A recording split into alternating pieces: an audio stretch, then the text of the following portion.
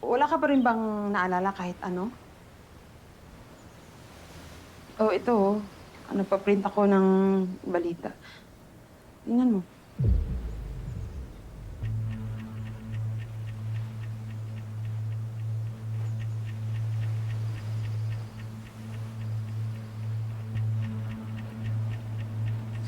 Billionaire? Enrico Monteverde. Serena Monteverde.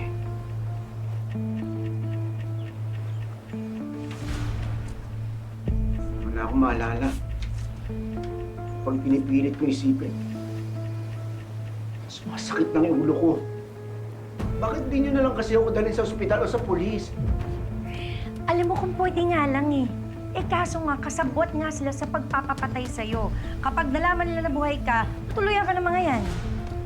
Pero kung sinasabi yung bilyonaryo ko, malay ko kung kasabot ka sa kidnappers. Oo! Kami, Oo, mo naman. Tingnan mo nga oh, hindi ka nakatali. Mabubuti kaming tao. Nilagay ka lang namin din sa bodega para hindi ka mapahamak, para walang makakita sa'yo. Tsaka Pasensya na, syempre- sir, hindi ako maniniwala sa inyo. alam mo Enrico, gusto ka lang naman namin protektahan. Kaya maniwala ka sa amin. Tektahan? Bakit? Hindi. Pupunta ako sa mga pulis! Hindi pwede! Hindi pwede! Pupunta ako! Makiniwala ka! Aray! Maniwala ka! Bitaw mo! Sorry, Bitaw mo kasi ako! maniwala ka! Pupunta ako sa pulis! Anong ginagawa? Ah! Hindi mo makinig eh. Ginawa mo! Kasi ano makinig? Tapos makalabas doon, anong gagawin natin? Mapapahamak siya.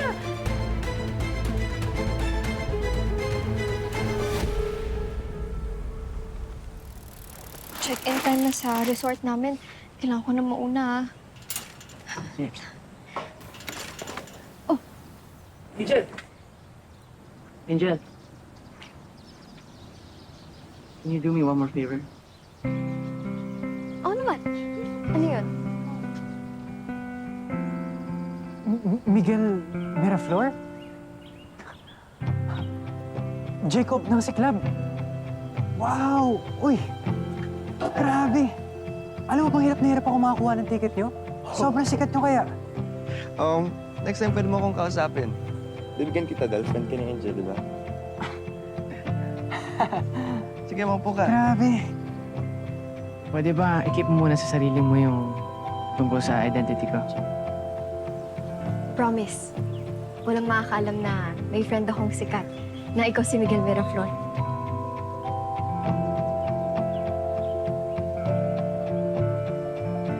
Tara, Zion.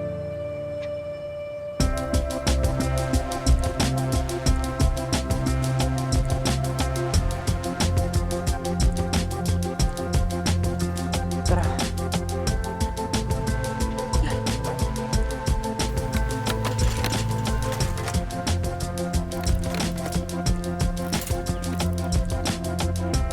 Okay ka na?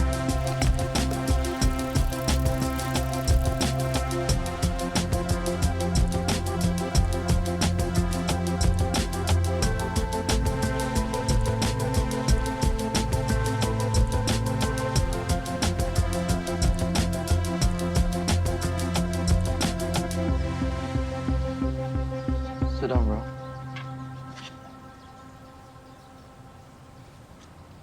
I swear the lens I would go for you're crazy. I know, bro.